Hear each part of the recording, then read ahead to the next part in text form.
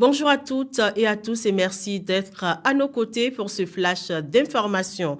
Des responsables d'entreprises néerlandaises spécialisées dans les secteurs de l'eau et de l'agriculture durable sont ce mardi à Cotonou pour une mission commerciale. Environ 15 entreprises sont annoncées. Ce sera l'occasion pour ces responsables de découvrir les opportunités d'investissement au Bénin et de créer des partenariats entre les investisseurs locaux, mais aussi d'un transfert mutuel de compétences.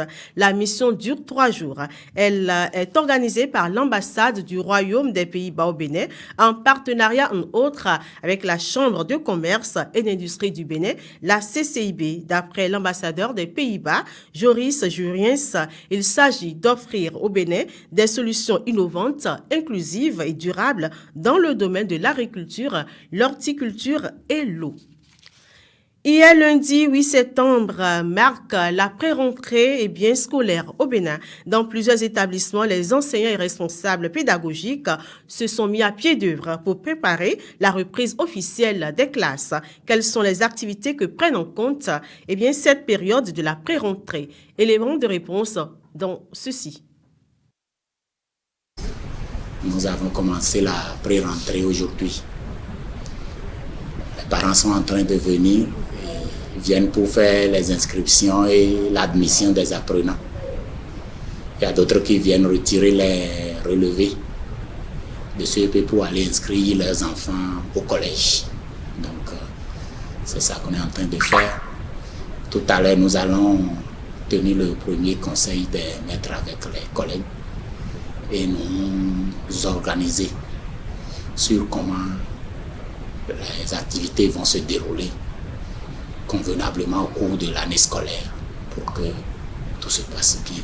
Je vais bien organiser les activités pédagogiques, bien les coordonner et mettre l'accent sur la rigueur pédagogique, la discipline au niveau des apprenants et l'accompagnement et le suivi parental surtout, pour que les enfants ne se sentent pas laissés à eux-mêmes après les classes, parce que ça là aussi ça compte beaucoup. Donc, je pense qu'avec ça, les trois là ensemble, la fin de l'année va donner un résultat très éclatant.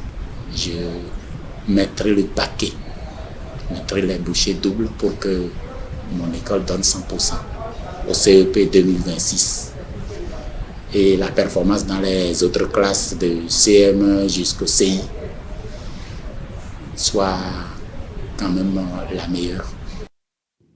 La pré-rentrée prend fin le vendredi prochain 12 septembre 2025.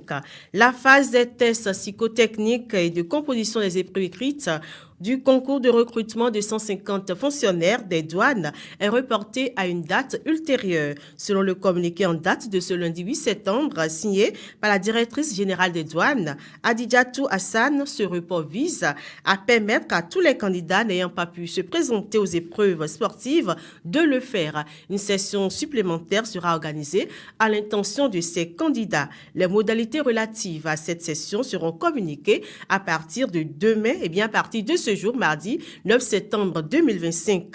À l'issue de la dite session, la liste des candidats retenus sera publiée par voie de communiqué officiel. La Direction générale des douanes, comptant sur la compréhension et la patience de tous les candidats, invite ces derniers à demeurer attentifs aux prochaines annonces. Nous sommes hors du Bénin. L'Éthiopie procède ce jour à l'inauguration de son grand barrage de la Renaissance. Situé dans le nord-est du pays, ce barrage doit produire de l'électricité pour le pays et doit permettre de doubler la production électrique. La moitié de la population vit sans électricité selon la Banque mondiale. Ce barrage, d'après les autorités du pays, est un exemple d'accomplissement national. Il est le plus grand d'Afrique et a coûté près de 5 milliards de dollars. Initialement prévu pour s'achever en 2017, il a accusé de nombreux retards à cause des problèmes de mise en œuvre, mais également de financement et de tensions géopolitiques. L'ouvrage a créé de vives tensions avec l'Égypte, qui dépend quasi entièrement du fleuve pour ses besoins. Les Guépards du Bénin affrontent le Lesotho pour le compte de la 8e journée des éliminatoires de la Coupe du Monde 2026. Ce mardi, le stade Félix Houphouët-Boigny à Abidjan va abriter cette rencontre décisive. Actuellement, deuxième de son groupe, les Guépards ont l'opportunité de faire un grand pas vers l'histoire en visant une première participation à ce tournoi prestigieux. C'est la fin de ce flash d'informations. Mesdames, Messieurs, merci pour votre attention renouvelée à votre télévision. Nous sommes également suivis sur Facebook, TikTok, YouTube, Instagram et désormais sur Insta. Très bonne journée à vous.